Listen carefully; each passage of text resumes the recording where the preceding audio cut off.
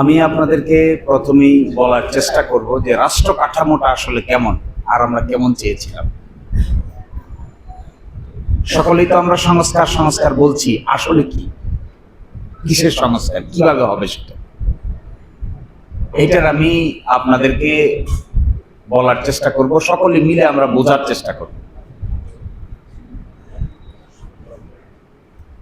রাষ্ট্র কাকে বলে এই মর্মে দুনিয়াতে অনেক লেখাপড়া আছে। What is state? সকলেই একমত হয়েছেন যে রাষ্ট্র হতে গেলে, মন্টিভিডিও কনভেনশন আছে, এই অনুযায়ী রাষ্ট্র হতে গেলে প্রথম ক্যাটাগরি হলো পিপল লাগবে, পিপল, জনগণ। আমাদের রাষ্ট্র কাঠামোটা তিনটা পিলারের উপর দাঁড়ায় আছে। একটা পিলার হলো পার্লামেন্ট, একটা পিলার হলো বিচার বিভাগ, আরেকটা পিলার হলো সরকার। এই তিনটা পিলারের মাথায় আছে সংবিধান, সংবিধানের মাথায় আছে পিপল। পিরামিড আকারে যদি সাজানো যায় তাহলে প্রথম পিপল, প্রথম জনগণ, দ্বিতীয় স্তরে আছে সংবিধান, তৃতীয় স্তরে আছে তিনটা বড় বড় খুঁটি। একটা খুঁটির নাম হলো বিচার বিভাগ, একটা খুঁটির নাম হলো সংসদ, আর একটা খুঁটির নাম হলো সরকার। এখন প্রশ্ন দাঁড়ায়, এই তিন খুঁটির ভিতরে কি সম্পর্ক? একটা কি আরেকটার উপরে, নাকি একটা আরেকটার নিচে, নাকি একটা আরেকটার সমসাময়িক? গণতান্ত্রিক নিয়মে সরকার হলো লিমিটেড, সরকারের ক্ষমতাটা আইন দ্বারা লিমিটেড। সংসদের ক্ষমতাটা সংবিধান দ্বারা লিমিটেড। বিচার বিভাগের ক্ষমতাটা সাংবিধানিক প্রিন্সিপাল দ্বারা লিমিটেড। সংসদ বিচারের উপরে নয়, বিচারালয়ও সংসদের উপরে নয়, সরকারও সংসদের উপরে নয়, সরকারও বিচারালয়ের উপরে নয়। তাহলে এটা কি সিস্টেম? এটাকে একটা থিওরি আছে পলিটিক্যাল সায়েন্সে, এটাকে বলে Montesquieu theory, separation of power. একটা আরেকটার সঙ্গে নিরাপদ দূরত্ব বজায় রাখবে, কেউ কারোর চাইতে উপরেও নয়, কেউ কারোর চাইতে নিচেও নয়। এই ব্যালেন্সটা মেনটেন করতে পারলে একটা ডেমোক্রেটিক এনভায়রনমেন্ট তৈরি হয়, যেখানে সরকার মনে করে সর্বসভা, সেখানে ডেমোক্রেসি থাকে না। যেখানে বিচার বিভাগ মনে করে আমি সর্বসভা, সেখানেও ডেমোক্রেসি থাকে না। যেখানে সংসদ মনে করে যে আমি হলাম নির্বাচিত, আমি ছেলেরে মেয়ে বানাইতে পারি, মেয়েরে ছেলে বানাইতে পারি, সেখানেও ডেমোক্রেসি থাকে না। সারা দুনিয়াতে পার্লামেন্টারি সভারেন্টি দেখবেন, আমাদের সংসদ সার্বভৌম। আমাদের সরকারি দলের নেতারা এই কথা বলে যে সার্বভৌম সংসদের সদস্য আমরা। সার্বভৌম সংসদের সদস্য কি করে হয়েছেন আপনারা? সংসদ তো সার্বভৌম নয়। একটা আইন পাশ করেন দেখি, এরপর আমরা সুপ্রিম কোর্টে রিট পিটিশন করি, শুনানি হোক, আপনার আইন অসাংবিধানিক ঘোষণা হয়ে যাবে। আইন তো পাশ করেছেনই, কোথায় থাকলো আপনার সার্বভৌমত্ব?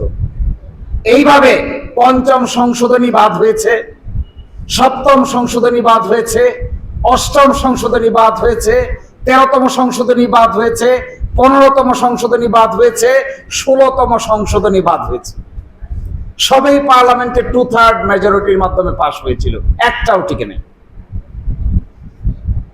জিয়াউর রহমান সাহেব পাশ করেছিলেন পঞ্চম সংশোধনী, টিকে নাই। সর্বশেষে শেখ হাসিনার সরকার 2/3 মেজরিটি দিয়ে পঞ্চম সংসদে পঞ্চদশ সংশোধনী পাশ করেছিল, টিকে নাই। 16তম সংশোধনী পাশ করেছিল, টিকে নাই। আমাদের এই কনস্টিটিউশনাল ডিসপেন্সেশনের ভিতরে জনগণ, দেন সংবিধান, দেন তিনটা পিলার। কেউ বলতে পারবে না যে আমার ক্ষমতা বেশি, আরেকজন বলতে পারবে না যে তোমার ক্ষমতা কম। এই ব্যালেন্সিং সিস্টেমটা মেনটেন করার নাম আমরা যে প্রস্তাব করেছিলাম, এইখানে আমরা বলেছিলাম এমন একটা সংস্কার পরিকল্পনা আমরা গ্রহণ করি যেখানে সরকার সর্বেসভা হবে না, যেখানে পার্লামেন্টও সর্বেসভা হবে না, যেখানে বিচার বিভাগ ও সর্বে সভা হবে না। সরকার একটা সিদ্ধান্ত দিবে, আপনি সুপ্রিম কোর্টে গিয়ে চ্যালেঞ্জ করতে পারবেন। সুপ্রিম কোর্ট যদি বলবে এটা সাংবিধানিক তাহলে টিকবে, সুপ্রিম কোর্ট যদি বলে অসাংবিধানিক বাদ হয়ে যাবে। তাহলে সরকারের ক্ষমতাটা অ্যাবসলিউট হলো না, সরকার তো সর্বে সভা হলো না, রাজা বাদশাদের মতো তো হলো না। পার্লামেন্ট একটা আইন পাশ করবে, আইন যদি সংবিধানের বাইরে গিয়ে করে থাকেন তাহলে সুপ্রিম কোর্টে যাব, আমরা মামলা করব, রিট পিটিশন ফাইল করব, যদি সংবিধানের সঙ্গে ভায়োলেশন হয় তাহলে ওই আইন বাতিল হয়ে যাবে। আবার চিফ জাস্টিস পার্লামেন্টকে বলতে পারবে না যে আপনারা এটা করেন আর এটা করেন না, এই ক্ষমতা চিফ জাস্টিসের নাই, তারও একটা লিমিট আছে।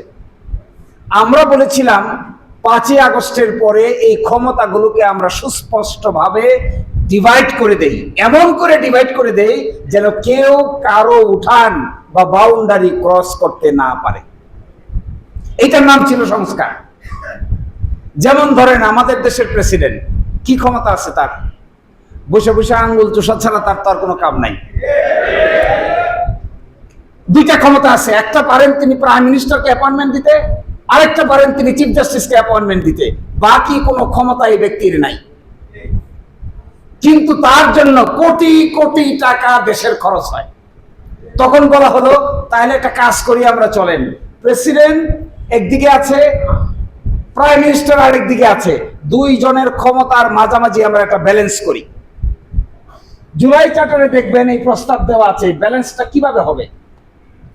তখন কেউ কেউ বললেন রাষ্ট্রপতি তো নির্বাচিত হয় না, তাহলে ব্যালেন্সের দরকার কি? তখন অনেক রিসার্চ হয়েছে, অনেক রিসার্চ, 27টা দেশের পার্লামেন্টারি ডেমোক্রেসি নিয়ে আমরা রিসার্চ করেছি 8 মাস। এই 8 মাস রিসার্চ করে আমরা পেপার সাবমিট করে দেখিয়েছিলাম যে পার্লামেন্টারি ডেমোক্রেসি থাকলেও প্রেসিডেন্টকে কিছু ক্ষমতা দেওয়া যায় যদি প্রেসিডেন্টকে নির্বাচন করার লোক সংখ্যা বাড়ানো যায়। নর্মালি নির্বাচন করে পার্লামেন্ট, আমরা বলেছিলাম যে দ্বিকক্ষ বিশিষ্ট পার্লামেন্ট হবে, উচ্চ কক্ষও ভোট দিবে, নিম্ন কক্ষেও ভোট দিবে, এবং উপজেলা পরিষদের নির্বাচিত চেয়ারম্যানরাও প্রেসিডেন্ট নির্বাচনে ভোটার হবেন। তার মানে প্রেসিডেন্টকে যারা নির্বাচিত করবে এরা শুধু প্রাইম মিনিস্টারের হাতের ক্রীড়নক হবে না, পার্লামেন্ট মেম্বাররা তো সবাই প্রাইম মিনিস্টারের, উপজেলা চেয়ারম্যানরা নাও তো হইতে পারে প্রাইম মিনিস্টারের। তখন প্রেসিডেন্টের ক্ষমতাটা বাড়ে। এইভাবে আমাদের সংবিধানে 9টা পোস্ট আছে।